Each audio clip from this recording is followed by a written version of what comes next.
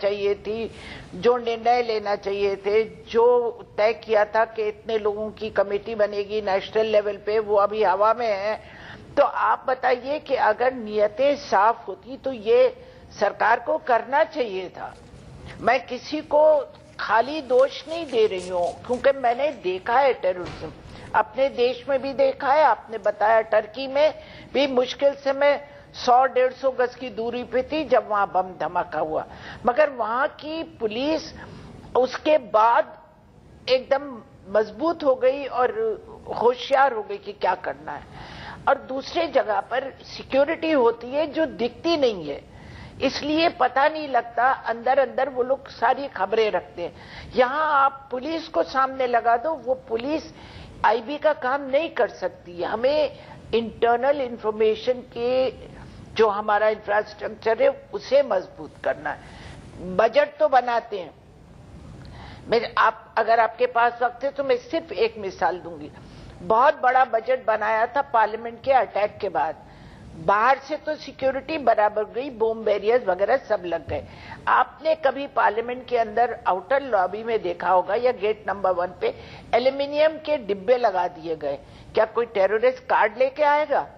یہ تو ہماری سوچ کی حد ہے کہ اس طرح کی سیکیورٹی کریں گے تو ٹیررسٹ کو تو آسانی سے مل جائے گی. آپ کی سیکیورٹی دکھنا نہیں چاہیے، ہونا چاہیے. دکھنا نہیں چاہیے، ہونا چاہیے. بڑی مہتوپورن بات بولی آپ نے. لیفٹیننٹ جنرل راج کادیان صاحب سرکشا معاملوں کے جانکار ہمارے ساتھ جڑ گئے ہیں. راج کادیان صاحب، سوال یہ ہے کہ کیا ہم آتنک کو کچل نہیں سکتے؟ کیا ہماری نیتیاں فل پروف نہیں ہیں؟ دیکھیے، میں تھوڑا لیٹ پہنچا ہوں، مجھے پتا نہیں یہ پوائنٹ پہلے آیا ہے کہ نہیں.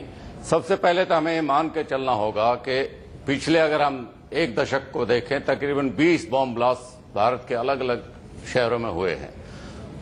ہر بام بلاسٹ کے بعد شک کی انگلی پاکستان پر جاتی ہے اور کئی معاملوں میں تو وہ پروف بھی مل چکا ہے.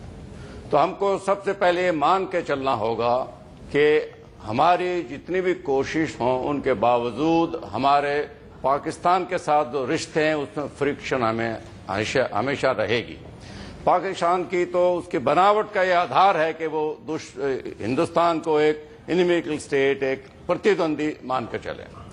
دوسرا، حیدرآباد کیوں خاص کر ٹارگٹ ہوتا ہے؟ حیدرآباد کا اتہاس جو تھا وہ اگر ہم دیکھیں 47 میں وہ ایک 2-3 اسٹیٹ تھی جس میں حیدرآباد کے نظام تھے جو بھارت سے نہیں ملنا چاہتے تھے، تو ان کو سپٹمبر 1948 میں بائی فورس میں لایا گیا تھا. ابھی بھی ہمارے کچھ فیملیز ہیں حیدرآباد کی کافی ساری جن کے شادیاں پاکستان میں ہوتی ہیں، جن کے رشتے وہاں ہوتے ہیں، اس لیے پاکستانیوں کا وہاں آنا جانا لگا رہتا ہے. وہ اس میں کوئی غلط کام نہیں ہے، لیکن اس سویدھا کا فائدہ اٹھا کے کچھ ایسے تتو بھی آتے رہتے ہیں جو آتنکواد میں جڑے ہوئے ہیں. اب اس کا مقابلہ کرنے کے لیے سب سے پہلی بات تو میں یہ کہنا چاہوں گا کہ یہ ایک ایسی سمسیا ہے جو راشٹریہ سمسیا ہے، اور جب تک ہم اس کو ایک راشٹر کے چشمے سے نہیں دیکھیں گے، اگر ہم اس کو پولیٹیکل پارٹی کے نظریے سے دیکھیں گے، اگر ہم اسٹیٹ اور سینٹر الگ الگ اس کو دیکھیں گے، ایک دوسرے پر شک کریں گے، تو اس کا حل نکالنا بڑا مشکل ہے. یہ لڑائی انٹیلیجنس کی ہے. اگر اس کا سب سے اچھا طریقہ ہے کہ ہم ان کے جو ارادے ہیں ان کے بارے میں خبر حاصل کریں اور اس اٹیک کو روک سکیں. پریونشن، تو اس کے لیے پریمپٹ کرنا بہت ضروری ہے. ایک کیندری اسطر پر ایک ایسی ایجنسی ہونی چاہیے جو پورے دیش کی خبر حاصل کر سکے. اس میں وشیشج ہونے چاہیے، جرنلسٹ نہیں ہونے چاہیے، انٹیلیجنس ایکسپرٹ، سیکیورٹی ایکسپرٹ سب اس میں ہونے چاہیے.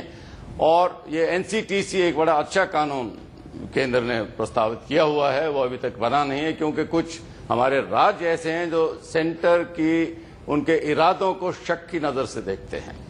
لیکن یہ پہلی بار نہیں ہے، پہلے بھی ہم پوٹا لائے تھے، وہ بھی ٹیررزم کے خلاف تھا.